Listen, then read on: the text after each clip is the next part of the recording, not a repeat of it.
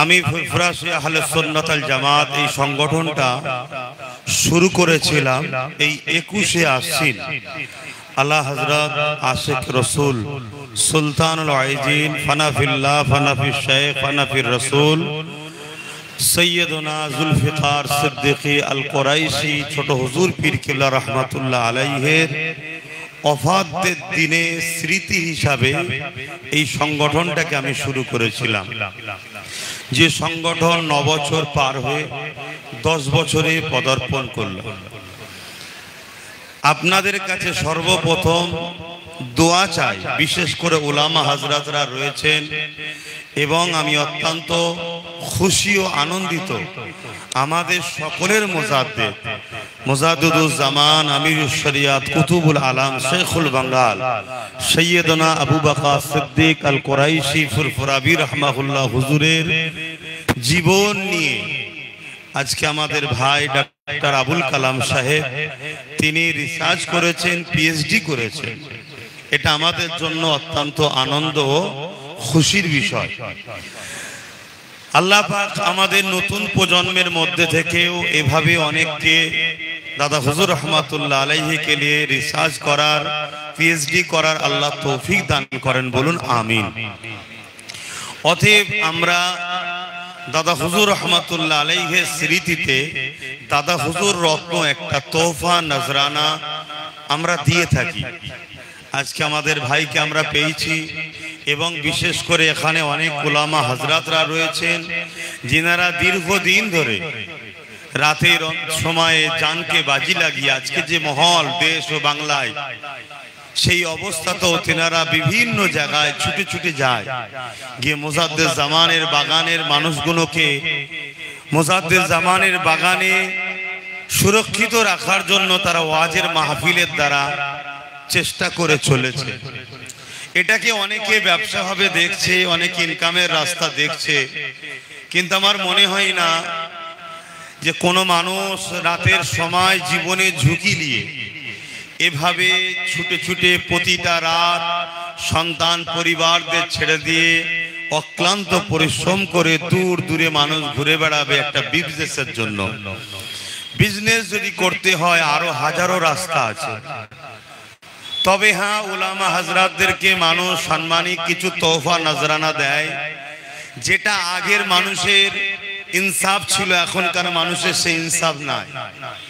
বিরিয়ানিতে খরচ করে, প্যান্ডেলে খরচ করে, লাইটিংয়ে খরচ করে, যে উলামা পরিবার সন্তান ছেড়ে দিয়ে গাড়ি ভাড়া করে বা গাড়ি নিয়ে রাত জেগে দূর দূরান্ত থেকে ছুটে আসছে আমাদেরকে দিন জানাবার জন্য। যেমন আজকে আমাদের ইমামদের উপরে ইনসাফ নাই। যে ইমাম আমাদের মসজিদের, যিনি হলেন ওই গ্রামের সব থেকে সম্মানীয় ব্যক্তি, কিন্তু দুঃখের সাথে বলতে হয় সব থেকে অবহেলিত, পিছিয়ে পড়া গরিব আজকে ইমাম। কেন? এটা আমাদেরই দোষ। আমি সংগঠনে আলোচনা করবো, একটু এই দিকটা আলোচনা করে নিই। তো সেই জায়গায় আমরা যদি ইমামদের কথা ভাবতাম, ঠিক তেমনি আমরা উলামাদের উপরে ইনসাফ করতে পারি না বলেই আজ নাচারে উলামারা হয়তো মুখ ফুটে বলে দেয়, বাবা আমি যাব, আমাকে কিছু পারিশ্রম দিতে হবে, এটা XYZ।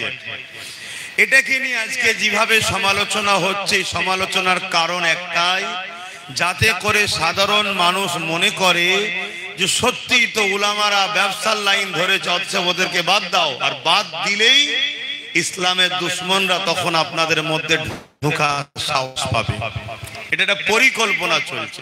দাদা হুজুর রহমাতুল্লাহ আলাইহির ওসিয়াত নামাতে এক জায়গায় যেমন খায়রাত চেয়ে নেওয়ার কথা নিষেধ আছে, আর এক জায়গায় তিনি তেমন সবরে সানি সালে সওয়াব করে সে যা ধার্য করবে ওটা জায়েজ বলা আছে। তাহলে একই ওসিয়াত নামায় দুটো কথা হচ্ছে কেন? তাহলে খায়রাতের মানে জানতে হবে। খায়রাতের মানে হলো সাধারণ ভিক্ষা। উলামারা ভিক্ষা চাক, যেমন আজ আমাদের অনেক ধর্মের মানুষেরা দেখি দোকানে দোকানে যায়, কেউ 5 টাকা কেউ 2 টাকা দেয়। এই ভিক্ষা যদি উলামারা না চায়, এটাকে দাদা হুজুর রহমাতুল্লাহ আলাইহি নিষেধ করেছেন। তো যাক, আমি বলতে গিয়ে অন্যদিকে চলে যাচ্ছি। তো এখানে যতজন উলামা হযরত আছেন, ইমাম সাহেব আছেন, সবার হয়তো এই ছোট্ট মেম্বারে জায়গা হয়নি, অনেকে নিচেও আলেম ওলামা বসে আছেন দেখতে পাচ্ছি। সবাইকে আমার আন্তরিক ভালোবাসা। দীর্ঘ 9 বছর এই সংগঠন আপনাদেরই দোয়ায়, আপনাদেরই সহযোগিতায় আমি চালিয়ে নিয়ে যাচ্ছি।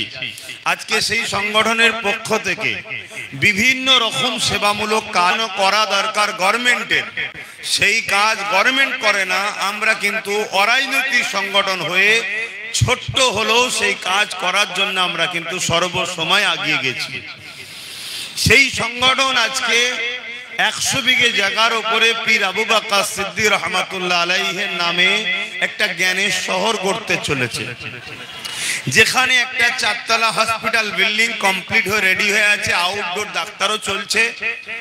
কিন্তু একটা কাগজের শুধু বাধার জন্য বা অসুবিধার জন্য, নিশ্চয়ই বুঝতে পারছেন সবই, এখনো কমপ্লিট ভাবে আমরা অপারেশনের দিকে যেতে পারি না। ইনশাআল্লাহ আগামী দিন ওর বাধাও দেবে, বলুন ইনশাআল্লাহ। বাকি একটা 2 তলা স্কুল বিল্ডিং প্রায় কমপ্লিটের দিকে, কিছুটা অংশ বাকি আছে। অলরেডি এক সাইডের 2 তলা কমপ্লিট হয়ে গত বছর সেখানে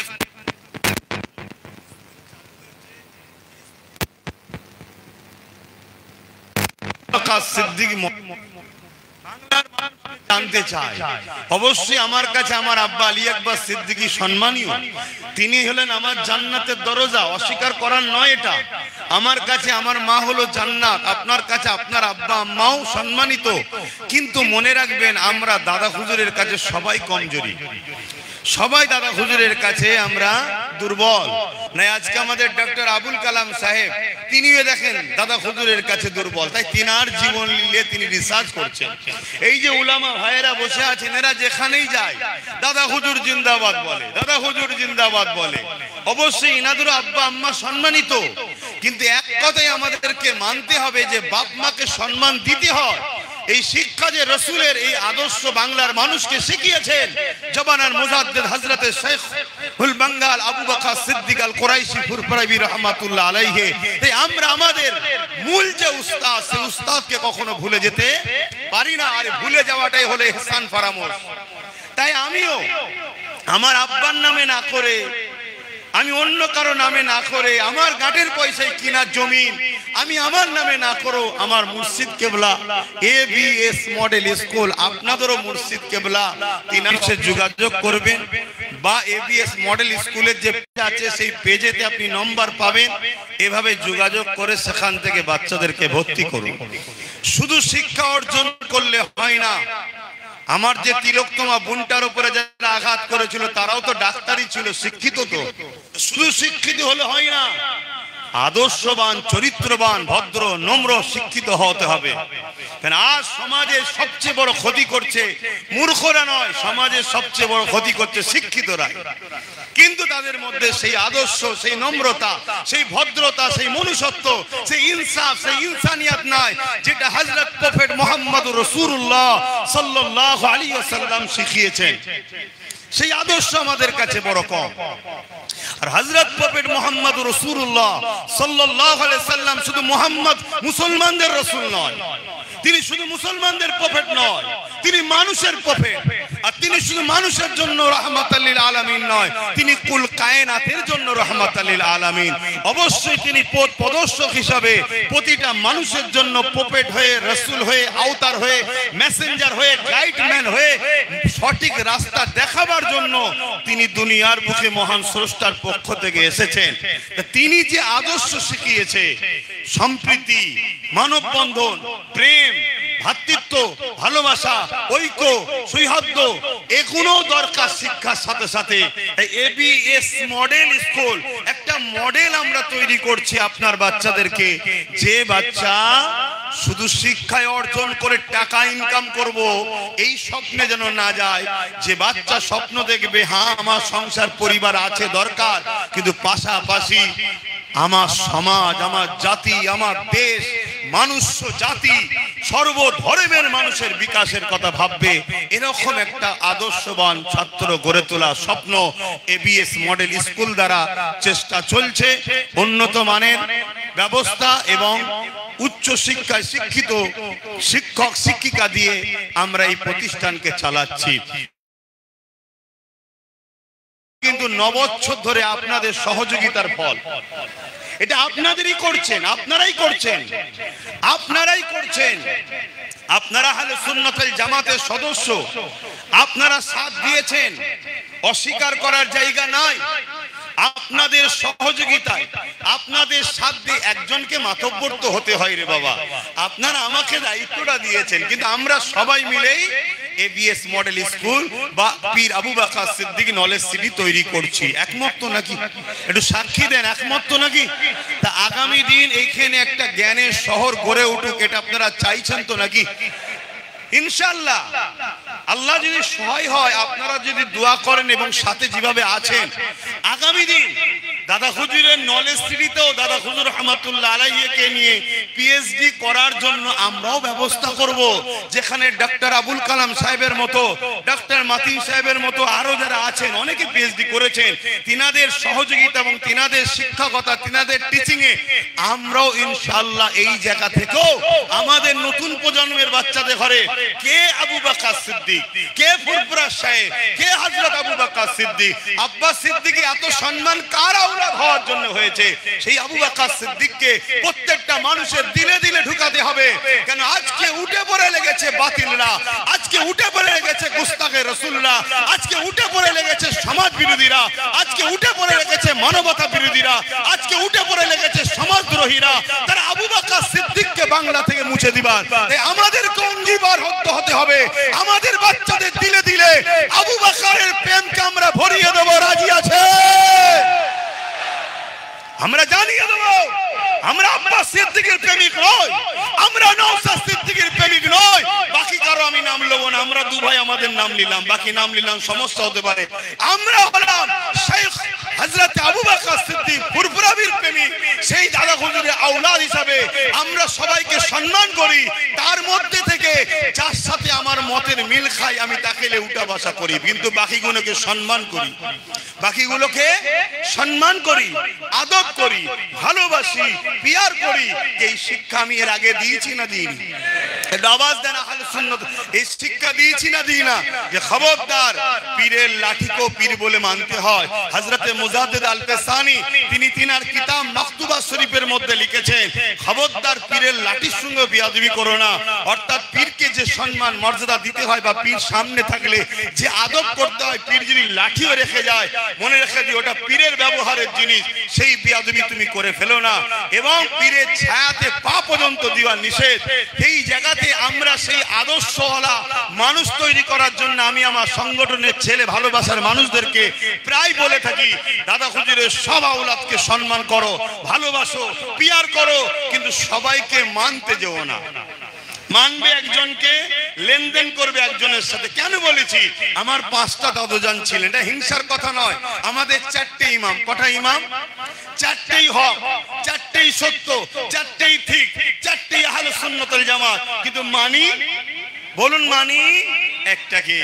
তাই আমার 5 দাদুজান হুজুর ছিলেন, 5টাই ফুল, 5টাই হক, 5টাই সত্য, 5টাই ঠিক।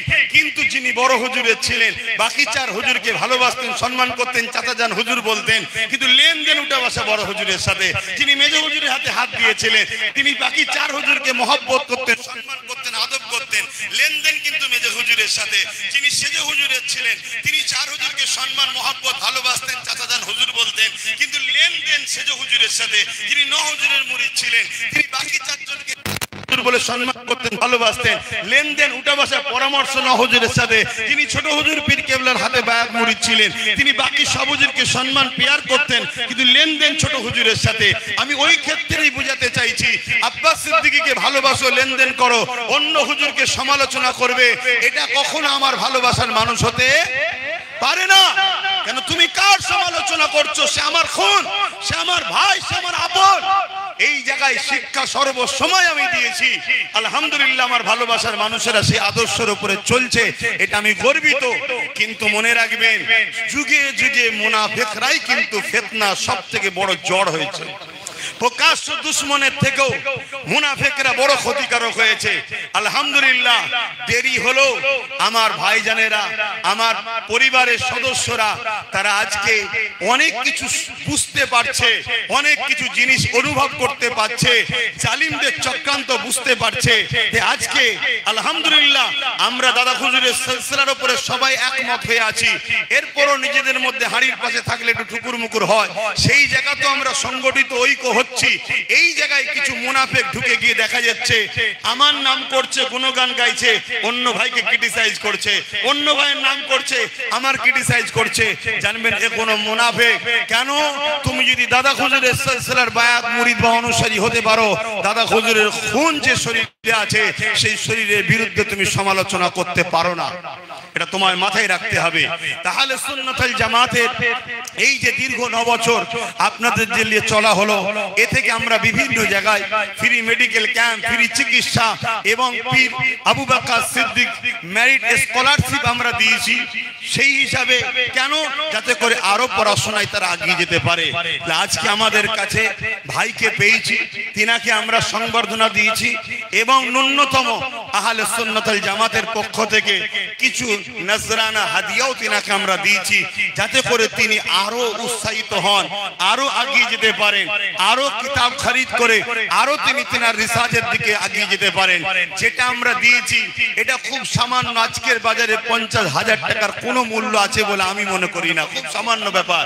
কিন্তু আমি মনে করি এমন একটা নিয়ামত, এমন একটা জিনিস আমার ভাইকে দেওয়া হয়েছে, এটা পাবার আশা সকলের হওয়া দরকার। সেটা হলো পীর আবু বকর সিদ্দিক রত্ন। পীর আবু বকর সিদ্দিক রত্ন, এটা কিন্তু অনেক বড় একটা গুরুত্বের ব্যাপার। যদি আমরা শায়েখের মোহাব্বতের মানুষ হই, এটা আমাদের কাছে অনেক বড় ব্যাপার একটা। তো যাই হোক, আপনারা এসেছেন বিভিন্ন জায়গা থেকে, জায়গাও আমার শর্ট, এতে আপনাদের কষ্টও হয় প্রতি বছরে। কিন্তু এই 21শে আশ্বিনটা আমি এই দিনে যখন সংগঠনের শুরু করেছিলাম, তাই আমি জানি সবাই ধরবে না, সবাই বুঝতে পারবে না। এরপরও প্রতি বছরে একটা স্মৃতি বানানো হিসাবে সেলিব্রেশন করে আসছি, একটা স্মৃতি বানাই, একটা ইয়াদগার বানাই খুব ছোট করে। আমার উলামা ভাইয়েরা বিভিন্ন জন বিভিন্ন বক্তব্য দিয়েছে, সবার বক্তব্য ব্যস্ততার দরুন হয়তো শুনে উঠতে পারিনি।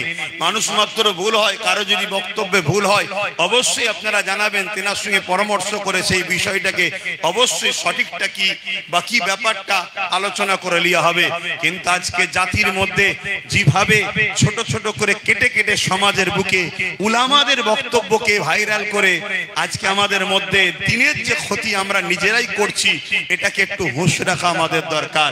কেননা আমাদের সমাজে মুনাফিক সব সময় উৎপেরে বসে আছে, কোন পথে কোন রাস্তা দিয়ে ইসলামের উপরে আঘাত দেওয়া যায়। তাই একটা যখন উলামা কিছু একটা মিস্টেক, আমি বলবো না, হয়তো ভুল বলবো না, মিস্টেক বলতে পারি, কেন উলামা তো যিনি তিনি তো জাননেওয়ালা, তার দ্বারা ভুল হয় কি করে? মিস্টেক বেখিয়ালে সেটাকে কাটিং করে যখন ছড়িয়ে তুমি বাজারে ছড়াবে, এটা শুধু তার ক্ষতি হলো না, তুমি ধর্মের ক্ষতি করছো, তুমি দ্বীনের ক্ষতি করে ফেলছো। তুমি তাকে সামনে রেখে সমাজের মুনাফিকরা পুরো সমাজের উপরে আঘাত করবে, এটা আমাদের মাথায় রাখা দরকার। পাশাপাশি নতুন যে বছর আমাদের জন্য আসছে, আজ থেকে শুরু হচ্ছে আহলে সুন্নাতুল জামাতের 10 বছরে যে পা দিয়ে, প্রত্যেকটা সংগঠনের ছেলেকে বলবো, আপনারা নিজেরা প্রতিটা মসজিদের ইমামদের দ্বারা নামাজের মধ্যে আমাদের এখনো দেখছি অনেকের কিছু ত্রুটি ভুল ভ্রান্তি আছে, সেগুলোকে সংশোধন করে নেন। পাশাপাশি আপনারা নিজেদের বাচ্চাদের ঘরে চেষ্টা করবেন, নিজেদের বাচ্চাদের ঘরে ডাক্তার বানান, উকিল বানান, জজ বানান, ডিএম বানান, কিন্তু প্রাথমিক সময় 3টে শিক্ষা অবশ্যই দিতে হবে। নবী পাক সাল্লাল্লাহু আলাইহি ওয়াসাল্লামের প্রেম, আহলে বায়াতদের প্রেম, দ্বিতীয় নম্বর হলো কোরআনের শিক্ষা, এটা আমার রাসূলের কওল। এই 3টে শিক্ষা দিতেই হবে। তাই আপনারা এই 3টে শিক্ষা দিবার সময় একটু দেখে নেবেন কার কাছে শিক্ষা দিতে চাইছেন। কেন আজ বড় পরিকল্পনা করে, সেদিনে যেমন কারবালার ময়দানে ইমামে হোসাইন হুজুরের তাবু ছিল, এজিদ বাহিনীরও তাবু ছিল, ইমামে হোসাইন পাকের তাবুতে আজান হয়েছে, এজিদ বাহিনীর তাবুতে আজান হয়েছে। ঠিক তেমনি আজকে পূর্ব ভারতে আহলে সুন্নাতুল জামাতের হেড অফিস ফুরফুরা দরবার শরীফ অর্থাৎ দাদা হুজুর পীর কেবলা এই সিলসিলাকে মিটাবার জন্য মাদ্রাসার নামে অনেক নকল জিনিস জিনিসও তৈরি হচ্ছে, যে কোনো পুরো মাদ্রাসা, কিন্তু সেখানে শিক্ষা দেওয়া হচ্ছে ওই যে 72 ফেরকা। আল্লাহ নবী বললেন যে 73টা দল হবে, আমার উম্মতের মধ্যে 73 দলে বিভক্ত হয়ে যাবে, 72 ফেরকা হবে, একটা জামাত হবে। সেই জামাত আহলে সুন্নাত ওয়াল জামাত, কোরআনের ভাষায় হিজবুল্লাহ। সেই দিকটাকে খেয়াল করে আমাদেরকে বাচ্চাদের ঘরে দ্বীনের তালিম দিতে হবে। আমরা বড় আশা করি আমার বাচ্চা দ্বীনের তালিম অর্জন করবে, ভালো আশা, কিন্তু আপনি খেয়াল করুন আপনার বাচ্চা নামাজের পাবন্দি খুব সুন্দর শিখেছে, রোজার পাবন্দি খুব সুন্দর শিখেছে, হজের পাবন্দি খুব সুন্দর শিখেছে, সুন্নতের তরিকা খুব সুন্দর শিখেছে, দাড়ি টুপি জুব্বা খুব সুন্দর হয়েছে, মিসওয়াক খুব সুন্দর নিতে পারে, টাকনুর উপরে কাপড় খুব সুন্দর পড়তে পারে, সবটা আপনার বাচ্চা সুন্দর পড়ছে, কিন্তু আপনার বাচ্চার মধ্যে আমার রাসূলের গোস্তাগির মনোভাব আসছে, নবীর শানকে ছোট করছে, নবীর আজমাতকে ছোট করছে, নবীর রিফাতকে ছোট করছে, নবী পাক সাল্লাল্লাহু আলাইহি ওয়াসাল্লামকে যে মাকাম আল্লাহ দিয়েছে সেই মাকামকে অস্বীকার করছে, পাশাপাশি আউলিয়াদেরকে অস্বীকার করছে। একটু খেয়াল করুন, ইমামদেরকে অস্বীকার করছে। তাহলে আপনি আপনার বাচ্চাকে কোন দিকে নিয়ে যাচ্ছেন? 72 ফেরকায় চলে যাচ্ছে না তো? এটা আপনাদেরকে অনুরোধ করব, কেন আহলে সুন্নাত ওয়াল জামাত নিশ্চয়ই আপনারা দেখবেন এর উদ্দেশ্যের মধ্যে একটা উদ্দেশ্য বাতিল বেদাত মতব যে আছে সেগুলোকে নষ্ট করে প্রকৃত কোরআন সুন্নাহ ইজমা কিয়াস আহলে সুন্নাত ওয়াল জামাতের আকীদাকে মজবুত করে গড়ার লক্ষ্যে আহলে সুন্নাত ওয়াল জামাত। তাই প্রতিটা জায়গায় যেখানে যেখানে কমিটি আছে আলহামদুলিল্লাহ, যেখানে কমিটি নাই আরো বাড়ান। পাশাপাশি আপনারা যারা এখনো কমিটির মধ্যে ঢুকতে পারেননি, হয়তো ইসালে সওয়াব এসেছেন, তারাও ঢুকার চেষ্টা করেন। এবং পাশাপাশি এটাও মনে রাখবেন, ঐক্য যদি আমাদের না থাকে তাহলে আজকে ভাবুন আমাদের ওয়াকফের উপরে হাত দিবার পর আজকে আমাদের জানের থেকে প্রিয় রাসূলের নামের উপরে আঘাত দিচ্ছে। হচ্ছে না হয়নি বলুন? এর একটাই কারণ, আমরা ঐক্যবদ্ধ নয়। আর আমরা যদিও বা ঐক্যবদ্ধ হতে যাই, আবার এমন কিছু লোক আমাদের সামনে নেতৃত্ব দিচ্ছে যারা ওপরে আমাদের দরদি, টেবিলের তলায় অন্যজনদের। সমাজের বুকে এরকম আছে না নাই বলুন? তার জন্য আজকে আমাদের বড় সমস্যা হচ্ছে। আমরা সব জায়গায় মিটিং মিছিল করি। আমার পূর্বে আমাদের ডক্টর আবুল কালাম সাহেব বলছিলেন একটা কথা, কি বলছিলেন? শরিয়াত, তরিকাত, হাকিকাত, মারিফাত, দ্বীনের জ্ঞান, দ্বীনের অর্জন, দ্বীনে অনুযায়ী চলার পর প্রত্যেকটা আলেম উলামাকে সমাজ সেবা ও রাজনীতিতে অংশগ্রহণ হওয়া আবশ্যক। এটা কার কথা? কার কথা বলবেন তো? মৌলানা সাহেব কার কথা এটা? একটু মাইকে বলেন কার কথা? ফুরফুরার পীর হযরত মাওলানা আবু বকর সিদ্দিকী রহমাতুল্লাহ আলাইহি তথা বাংলার বুকে যিনি দাদা হুজুর রহমাতুল্লাহ আলাইহি পরিচিত ছিলেন তার কথা। এটা আমার কথা নয়, কথা আমাদের হচ্ছে। তো কেন সমাজ সেবা, রাজ দেশ সেবা এটা একটা মহান পুণ্যের কাজ। আরো 10টা কাজ যেমন আছে, এটা একটা মহান পুণ্য কাজ। সেই জায়গায় এখনো কেন বলা হয়? যাতে করে ব্রিটিশ পিরিয়ডের সময় তৎকালীন যে অ্যাসেম্বলি, তৎকালীন যে রাজনীতির কৌশল ছিল, সেই সময়ে তখন দেখা যাচ্ছে ইংরেজরা এমন কিছু আইন তৈরি করছে যে আইনটা ইসলামের বিরুদ্ধে। যে আইনটা কিসের বিরুদ্ধে? ইসলামের বিরুদ্ধে। দাদা হুজুর রহমাতুল্লাহ আলাইহি তখন তিনি তানার খলিফা সমাজের মানুষকে, উলামাদেরকে বললেন আমাদেরকে ওই বিষয়ে সজাগ হতে হবে। তা আজ আমরা কি দেখছি?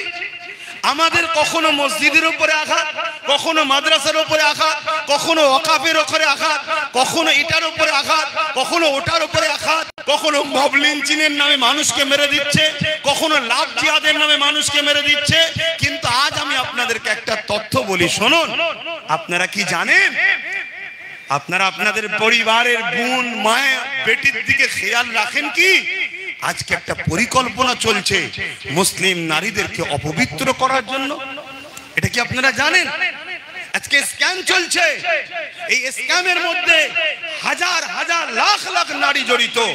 তাদেরকে বিভিন্ন হাদিস সম্বন্ধে জিজ্ঞেস করা হচ্ছে, বিভিন্ন কোরআন সম্বন্ধে জিজ্ঞেস করা হচ্ছে। একটা অমুসলিম যখন জিজ্ঞেস করছে, মুসলিম নারীটা বড় খুশি হচ্ছে। আস্তে আস্তে তার সাথে ক্লোজ হচ্ছে হতে হতে তাকে বলছে আমি ইসলামের উপরে বড় আগ্রহী হয়েছি। তখন আস্তে আস্তে আরো ক্লোজ হতে হতে তখন তার সঙ্গে আরো ক্লোজ সম্পর্কে চলে যাচ্ছে। এই ক্লোজ সম্পর্কে এমনও তথ্য আছে যাদের সন্তান গর্ভে এসে গেছে, মাফ করবেন সত্যটা বলতে গিয়ে, গর্ভে এসে গেছে, তারপর তাকে ছেড়ে দিয়েছে। উদ্দেশ্য একটাই, আমি আপনি কোরআন হাদিস নিয়ে কতটা রিসার্চ করছি জানি না, কিন্তু তারা রিসার্চ করছে যে মুসলিম সমাজে নারীদেরকে যদি অপবিত্র করে দেওয়া যায় তাহলে কোনোদিন আর সালাউদ্দিন আইবির মতো কেউ আসবে না। আর সালাউদ্দিন আইবি যখন আসবে না, এই সমাজে জুলুমকে খতম করার লোক পাওয়া যাবে না।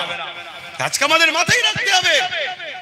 আজকে প্রত্যেকটা বাপ ভাইকে বলবো, বোনকে বলবো, আপনারা আপনাদের বোন বেটি পরিবার খেয়াল করুন। মাফ করবেন বলতে খারাপ লাগছে, তথ্য আছে তাই বলছি। আমরা অনেকে জানি না।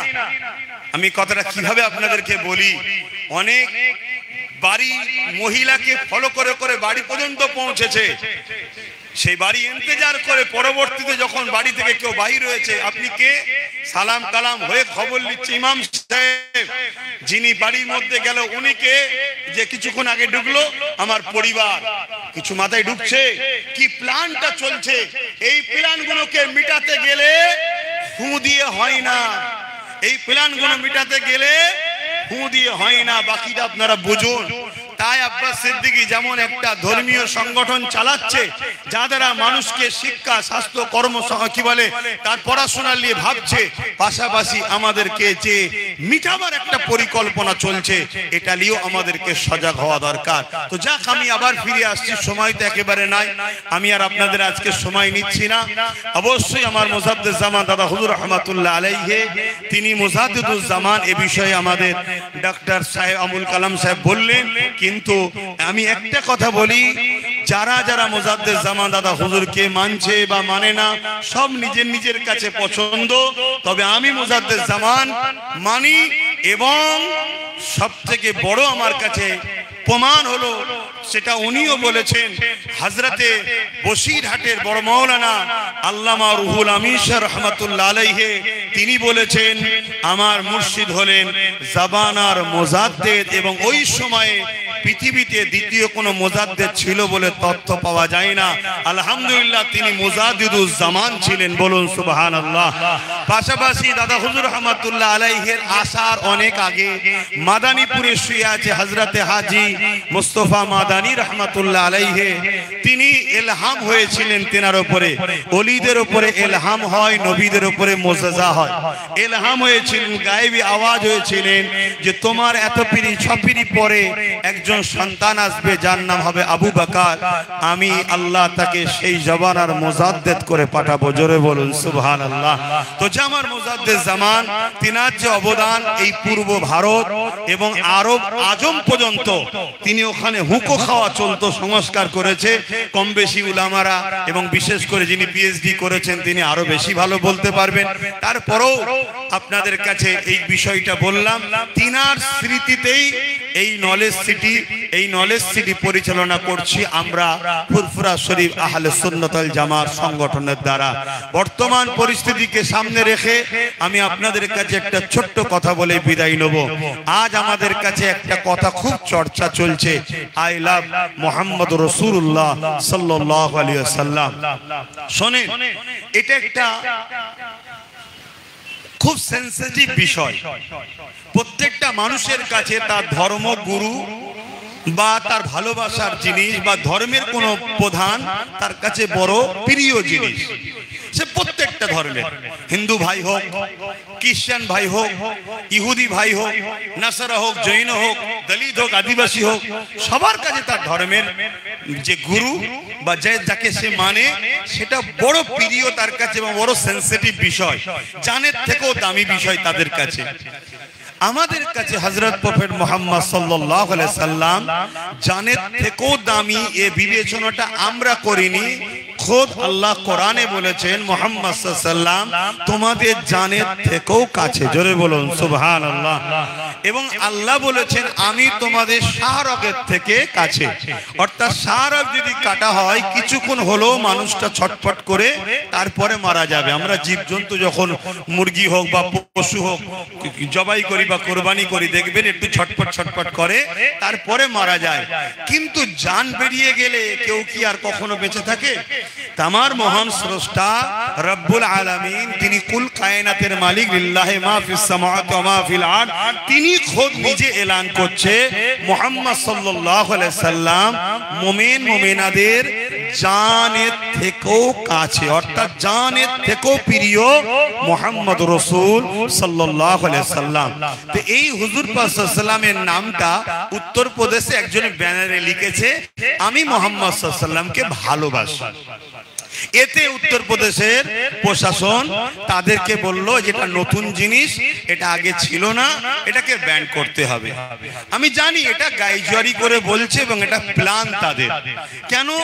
এদেশে অনেক কিছু ছিল না, নতুন করে সব হচ্ছে, যে কোনো সংবিধান বিরোধী। যেমন মানুষকে লাভ জিহাদের নামে মারা, গোরক্ষা বাহিনীর নামে মারা, বিভিন্ন স্লোগান দিয়ে পিটিয়ে পিটিয়ে মারা, এগুলো আমার দেশে ছিল কি ভাই বলুন? এগুলো সব নতুন, এগুলো সব নতুন। তারপরে তাদের পছন্দ একজন কোন কিছু জিনিস, যেসব কোনো পছন্দ জিনিসকে একটু বুঝে বলতে হয়, তো এক মুখ একটা ছবি সেটাকে গাড়িতে চিপকানো, সেই ঝান্ডালে ঘোরা, এগুলো সব ছিল না, নতুন করে হচ্ছে। ব্যাপারটা হচ্ছে আমি রসুলকে ভালোবাসি এই ব্যানারে লেখা, এটা কোনো নতুন বিষয় নয়। কিন্তু তারপরেও তিনাদের হাতে ক্ষমতা আছে, তো তিনারা যদি বলে এখন দিনের সময় রাত না বললেই জেলে দিয়ে দেবো, এটা তিনারা পারে। কেন? আগে ফেরাউন করেছে, নমরুদ করেছে, সাদ্দাত করেছে, আবু জেল করেছে, উদবা করেছে, সাইবা করেছে, আবু লাহাব করেছে, এজিদ করেছে, হতভাগা আকবর করেছে, বুশ করেছে, চিঙ্গিস খান করেছে, হালাকু খান করেছে। এইসব পৃথিবীতে অনেক জালিম শাসক যারাই ছিল তারা এরকম করেছে। আজকে উত্তরপ্রদেশে যে সরকার আছে সে তো 100% জালিম, এটা সবাই জানে, এটা আমাকে বলতে প্রয়োজন। তা সেই জায়গায় সে ক্ষমতার জোরে এখন বলতে পারে যে এটা নতুন। অ্যাকচুয়ালি কিন্তু এটা বলার পিছনে কারণ আছে, সেই কারণটাকে আমাদের বুঝতে হবে। কারণটা হচ্ছে এটা, সামনে ইলেকশন আসছে, তারা যেভাবে মানুষের কাছে মুখ থুবড়ে পড়েছে, যদি মানুষ শান্তভাবে থাকে, চুপ করে থাকে, তাহলে রুজি রুটি চাকরি বাকরি ইত্যাদি নিয়ে মানুষ ভাববে, তাহলে তখন কিন্তু তাদের ক্ষতি হবে।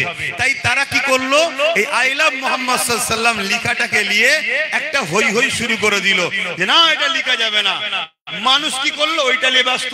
মুসলমানরা আমরা সবাই ওইটা নিয়ে ব্যস্ত হওয়াটা স্বাভাবিক। কেন? আমাদের জানের থেকে বেশি প্রিয়, ভালোবাসার জিনিস। আন্দোলনে নেমে গেলাম, সব জায়গায় আন্দোলন হচ্ছে, এইটাকে নিয়ে অমুসলিম ভাইদের জায়গায় তারা যে বলছে দেখোছো কিভাবে কি করছে, আর আমিও দেখো মুসলমানকে কিভাবে লাঠি পিটা করতে পারি। এই হুড়োহুড়ির মধ্যে মানুষের মাইন্ডটাকে ওই দিকে ঢুকিয়ে রেখে দিয়েছে। মানুষের শিক্ষার কথা ভুলে গেছে, চাকরির কথা ভুলে গেছে। উত্তরপ্রদেশে 5000-এর উপরে স্কুল বন্ধ হয়ে গেছে, মাদ্রাসাগুলোকে ভেঙে দিয়েছে, মানুষের কর্মসংস্থান নেই, দলিতরা বেউজ্জতি হচ্ছে, আদিবাসীরা বেউজ্জতি হচ্ছে, এসসি এসটিদের করে হত্যা করা হচ্ছে, সব মানুষ ভুলে গেছে। এখন শুধু আই লাভ মুহাম্মদ সাল্লাল্লাহু আলাইহি ওয়াসাল্লাম আর তার বিরুদ্ধে যে যাকে ভালোবাসে সেই নিয়ে আবার বেরিয়ে পড়ে হই হই হই করছে।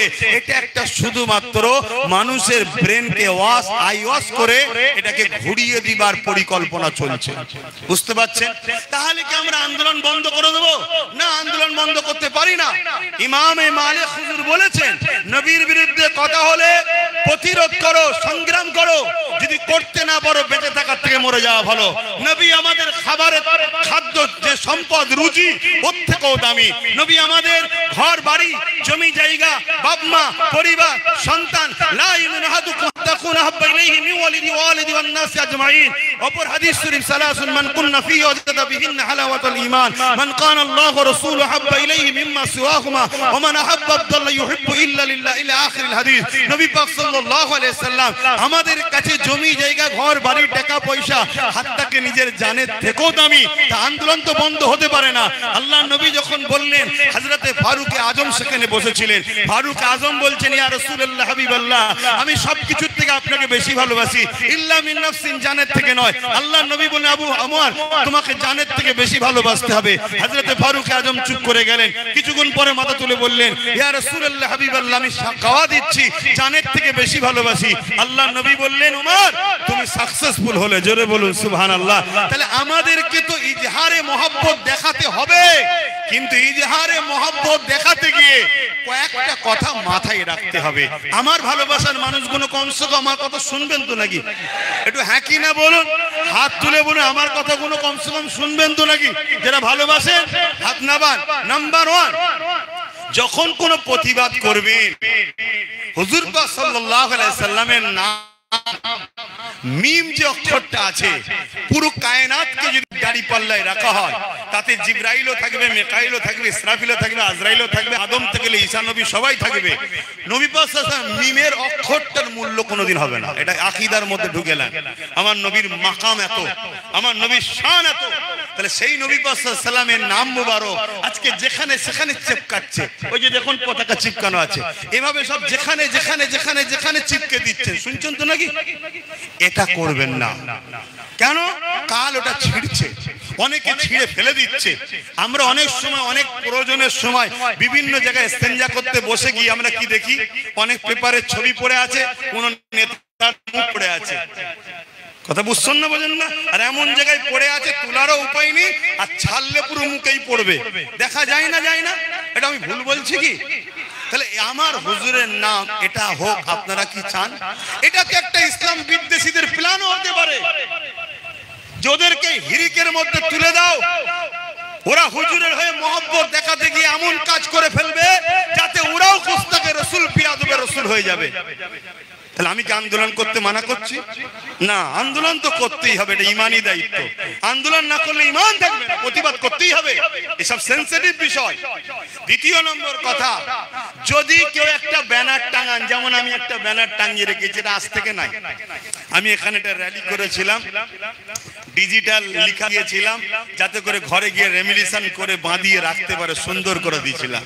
সেই দিন থেকে টাঙানো আছে, সুন্দর করে রাখা আছে, দ্বিতীয় নেই। কেন? যেটাকে আমি যত্ন করতে পারবো না, তার আদব যদি রাখতে না পারি, আমার দূরে থাকাটা ভালো। কথা বুঝে আসছে? কেন? দূরে থাকলে যদি আমি ব্যানার না টাঙাতাম বেঈমান হয়ে যেতাম না, কিন্তু টাঙিয়ে দিয়ে যদি বেইজ্জতি করি তাহলে কিন্তু আমার ইমানের খাতরা হতে পারে। কেন? এটা হুজুরের নাম। কথা মাথায় ঢুকছে? জিনার জুতা মুবারকে ধুলো আল্লাহর আরশ ধন্য হয়েছে, বলুন সুবহানাল্লাহ। এই জায়গাটাই মাথায় রাখবেন। ব্যানার করবেন, র্যালিতে যদি হয় একটা সামনে দেবেন, কিন্তু দেখবেন ওটা আবার পায়ের কাছে না ঝোলে, এটা বুক পরিমাণে রাখবেন। দ্বিতীয় নম্বর কথা, আমরা এই আন্দোলনটা করব যারা আমার হুজুরের নামের বিরোধী করছে, কেন্দ্রের কেন্দ্রে এবং কি বলে উত্তরপ্রদেশের জালিম সরকারের বিরুদ্ধে, তাই তো নাকি? না হিন্দুদের বিরুদ্ধে? বলুন বলুন বলুন। আদিবাসীদের বিরুদ্ধে, দলিত সাঁওতাল মতুয়াদের বিরুদ্ধে। তাহলে আমাদের মাথায় যেন থাকে বক্তব্য ধারাটা কি হওয়া দরকার। দ্বিতীয় নম্বর, রাস্তায় যারা পথচারী তাদের যেন অসুবিধে না হয়, যদি অসুবিধে হয় আপনি তাদের পাতা ফাঁদে কিন্তু পা দিলেন। দ্বিতীয় নম্বর, ব্যানার যদি অপমান হয় নিজেই আপনি বেয়াদবি করলেন। চতুর্থ নম্বর, আমাদেরকে মাথায় রাখতে হবে এই আন্দোলনের নামে ওয়াকফ কেনা ভুলে যায়। কিছু মাথায় ঢুকছে আমার কথা? কেন এমনটাও তো হতে পারে, আমরা তো দেখছি তিলক তোমাকে ভুলে গেলাম তামান্না খুন হওয়ার পর, তামান্নাকে ভুলে গেলাম আর একটা আদিবাসী খুন হওয়ার পর, তাকে ভুলে যাব আর একটা বেটি রেপ হওয়ার পর। একটার পর একটা আমাদেরকে দেয়া হচ্ছে, একটার পর একটা আমাদেরকে ভুলিয়ে দেওয়া হচ্ছে। তা ওয়াকফকে ভুলাবার জন্য আই লাভ মুহাম্মদ সাল্লাল্লাহু আলাইহি ওয়াসাল্লামের বিরোধী করো, এটাও তো একটা পরিকল্পনা হতে পারে না? পারে না? অতএব আমরা আই লাভ মুহাম্মদ সাল্লাল্লাহু আলাইহি ওয়াসাল্লাম হয়েও যেমন লড়বো, ওয়াকফকেও ভুলবো না। কারণ ওয়াকফটা হলো আই লাভ মুহাম্মদ সাল্লাল্লাহু আলাইহি ওয়াসাল্লামের দিনেরই সম্পদ, ওটাকেও আমাদের ভুললে হবে না। এটাকে মাথায় রাখতে হবে। যেখানে যেখানে আন্দোলন হচ্ছে, ওই আন্দোলনে যদি ওয়াকফের বিষয় না থাকে তাহলে আপনাদের ভাবতে হবে দাল মে কুছ কালা হ্যায়, তাহলে সেখান থেকেও আমাদেরকে একটু দূরে থাকা দরকার আছে না নাই? কারণ আজ ইসলামের যদি সবথেকে বড় ক্ষতি করে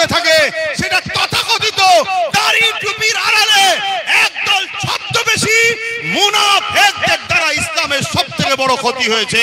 আম্মা জান আয়েশা সিদ্দিকা রাদিয়াল্লাহু তাআলা আনহার গায়ে দাগ লাগিয়েছিল আব্দুল্লাহ ইবনে উবাই, এরকম করে মুনাফিক যারা ছিল তারা দাগ লাগিয়েছিল।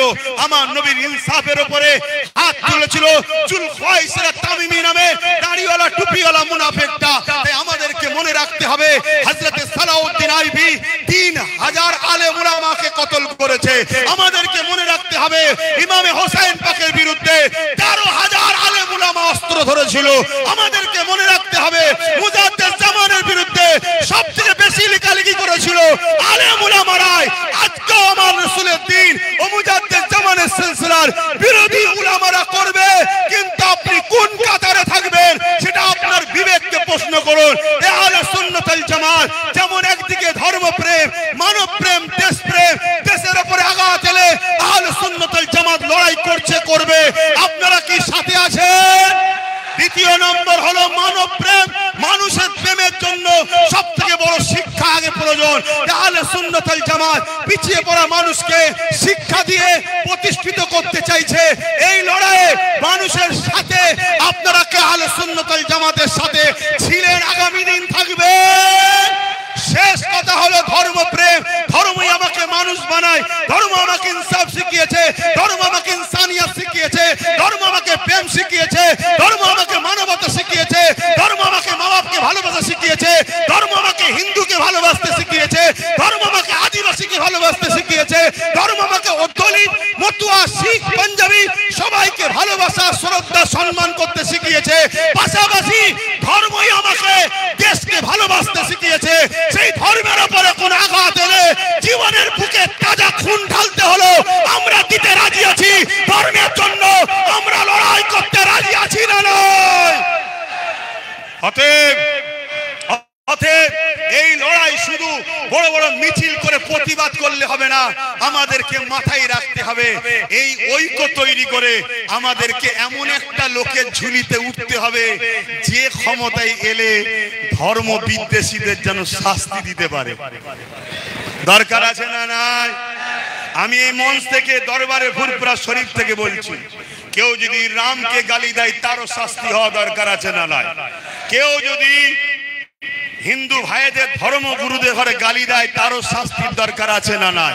কেউ যদি শিখ ভাইদের ধর্মগুরু কি বলে গুরু নানক নারী ইত্যাদি কি আছে তিনাদের যে ভালোবাসাকে গালি দেয় তারও শাস্তির দরকার আছে না নাই? কেউ যদি ইহুদি ভাইদের ধর্মকে গালি দেয় বা খ্রিস্টান, মতুয়া, শিখ কোন ধর্মের ধর্মগুরু বা ধর্মকে গালি দেয় তার শাস্তির দরকার আছে না নাই? কেন আমার দেশের সংবিধানের 25 নম্বর আর্টিকেল ধারাতে লেখা আছে দেশ কখনো কারো ধর্মে হস্তক্ষেপ করবে না। প্রত্যেকে ধর্ম প্রচার, ধর্ম পালনের স্বাধীনতা সংবিধান দিয়েছে। তাই আহলে সুন্নাত ওয়াল জামাতের একটা আওয়াজ হলো প্রতিটা স্কুলে সংবিধান পাঠ্য পুস্তকে অন্তর্ভুক্ত করতে হবে।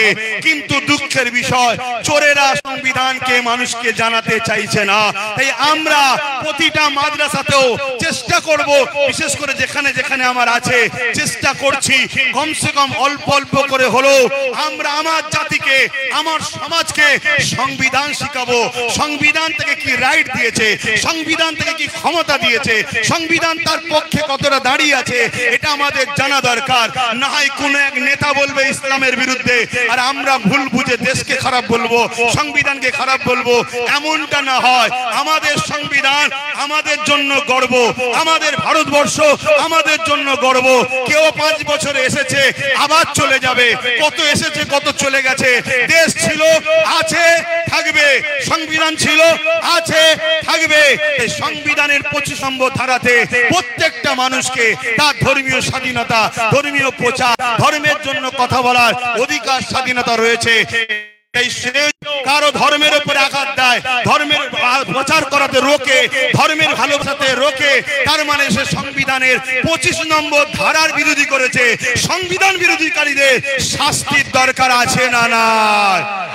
এর জন্য আহলে সুন্নাত ওয়াল জামাত প্রতিটা গ্রামে গ্রামে যুবক ছেলেদের তৈরি করছে। আমি শেষ করছি, একটা ছোট্ট কথা বলি। এখানে হয়তো অনেকে বলেছে এই সংগঠন করার জন্য বহু ছেলে মুখে দাঁড়িয়ে রাখতো না, এখন দাঁড়িয়ে রাখছে। কেন? তার ঘাড়ে সংগঠন তুলে দিয়েছি। বহু ছেলে নামাজ পড়তো না, এখন সে নামাজ পড়ছে। কেন? তার মাথায় ঢুকছে আমি আহলে সুন্নাত ওয়াল জামাতের দায়িত্বে। বহু ছেলে সিনেমা দেখতো, বারে যেত, মদ পর্যন্ত খেত, এই সংগঠন তার কাঁধে তুলে দিওয়াতে সে ভাবছে যে আমি একটা সংগঠন চালাই যেটা আহলে সুন্নাত ওয়াল জামাত নাম। এবং আমার ঈমান বলছে কিছু কিছু জিনিস বিশ্বাসের ব্যাপার, সবকিছুতে দলিলে পাওয়া যায় না বাপ। দলিল তো এখানে থাকে আর ঈমান তো অন্তরে থাকে না। এটা অন্তরের বিষয় বলছি যে আহলে সুন্নাত ওয়াল জামাতের দায়িত্ব লিয়ার ওসিলা তো হয়তো আল্লাহ তাদেরকে ভালো করে দিয়েছে। অতএব যেসব ছেলেরা এখনো দূরে আছেন তাদেরকে বলবো আপনারা আগিয়ে আগিয়ে আসুন, ফুরফুরা আহলে সুন্নাত ওয়াল জামাত এই সংগঠনের সঙ্গে জড়িয়ে যান।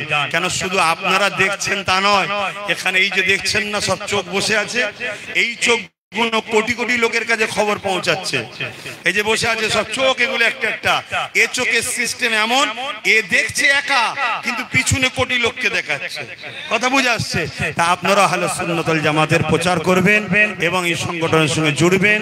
আবার বলে যাচ্ছি, ফুরফুরা আহলে সুন্নাত ওয়াল জামাত ইসলামিক সংগঠন হযরত প্রফেট মুহাম্মদ রাসূলুল্লাহ সাল্লাল্লাহু আলাইহি সাল্লামের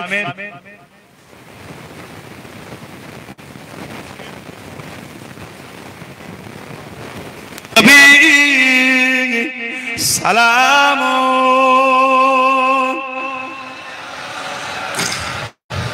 আপনারা এবারে একটু আস্তে বেরিয়ে যান, কেন দোয়ার পরেই নামাজ হবে, আপনাদের অসুবিধা হবে তখন বেরোতে হবে।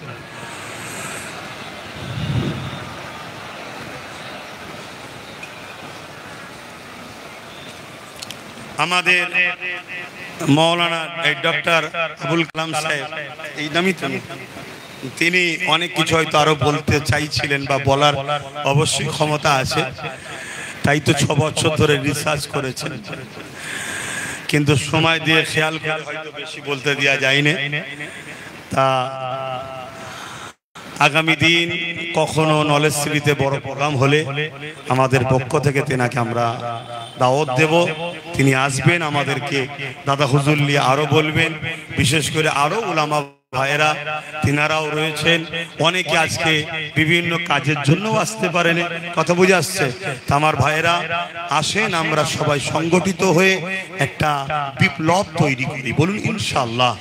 আসেন সকলে হুজুরের উপরে দাঁড়িয়ে সালাম দিই, এটা হলো আদব। এবং কোরআন পাকে এর ইশারাতান আল্লাহ ঘোষণা করেছে ওয়াসাল্লিমু তাসলিমা, सबसे आला अफजल तरीके से आदबेर साथे सालाम दिबार कथा अल्लाह कुरानेर मध्य जानाচ্ছেন। पाशापाशी হাদিস পাকে সাহাবা হুজুররা নবী পাককে দাঁড়িয়ে দাঁড়িয়ে সালাম দিতেন, এটা আহলে সুন্নাত ওয়াল জামাতের আকীদা। কিন্তু কেউ যদি বসে সালাম দেয় খবরদার তার বিরুদ্ধে কোনো ফতোয়া দেবেন না। তবে সালাম দিবার পর একটু দোয়া হবে, দোয়া করবেন আমার ওয়ালিদ আব্বাজান হুজুর পীর আল্লামা শাহ সুফি আলী আব্বাস সিদ্দিকী আল কুরাইশি আব্বাজান হুজুর, তিনি দোয়া করবেন।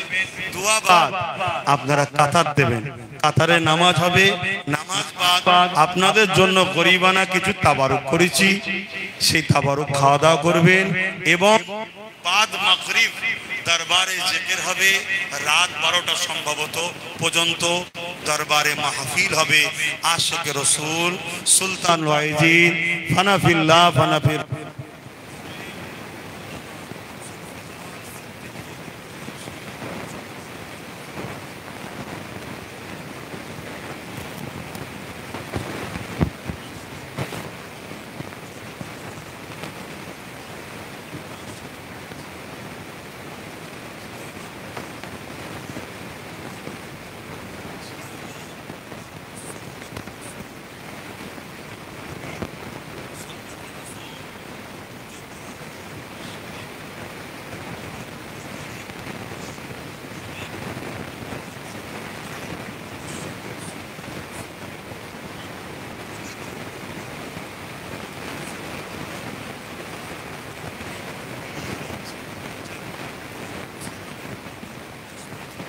দিকে মুখ করে করবেন, দরবারে হুজুর কিবলা এসে বসেছেন, দোয়া করবেন।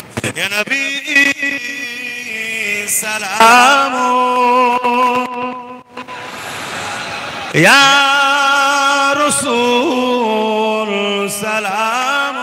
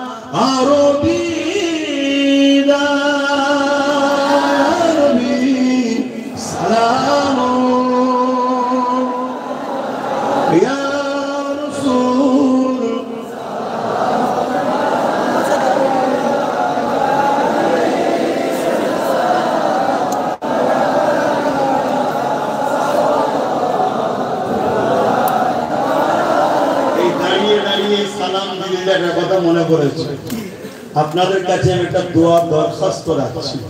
সেই দরখাস্ত এটাই, পুরো পৃথিবীর মুমিন মুসলমানদের জন্য, মানবতা প্রেমী মানুষের জন্য, শান্তির জন্য তো দোয়া চাইবেন। দেশের ও সর্বধর্মের মানবতা প্রেমিক মানুষ, বিশেষ করে মুমিন মুসলমানদের জন্য তো দোয়া চাইবেন। রাজ্যের সব মুসলমানদের জন্য তো দোয়া চাইতে হবে, এটা নিয়ম। কিন্তু ভাঙড়বাসীর জন্য একটু বিশেষ করে দোয়া করবেন। কি আপনারা চাইবেন তো নাকি? একজন পীরের আওলাদ হিসাবে আপনাদের কাছে আশা রাখছি, হাত তুলে দেখান, দোয়া চাইবেন তো ভাঙড়বাসীর জন্য? একটু বিশেষ করে দোয়া করবে, কারণ ওদের উপরে খুব জুলুম করছে কিছু সন্ত্রাস, জালিম, সমাজ বিরোধী, তারা খুব জুলুম করছে। তাই তারা যখনই আসে বলে দোয়া করবে, আমি আপনাদের কাছেই দোয়া দরখাস্ত করছি, আল্লাহ যেন জালিমদের হাত থেকে, সন্ত্রাসদের হাত থেকে আল্লাহ ভাঙড়বাসীকে নিরাপদে রাখে, হেফাজতে রাখে। বলুন আল্লাহুম্মা আমিন। আসুন আরো একবার মুহাব্বতে সালাম। ইয়া নবী সালাম, ইয়া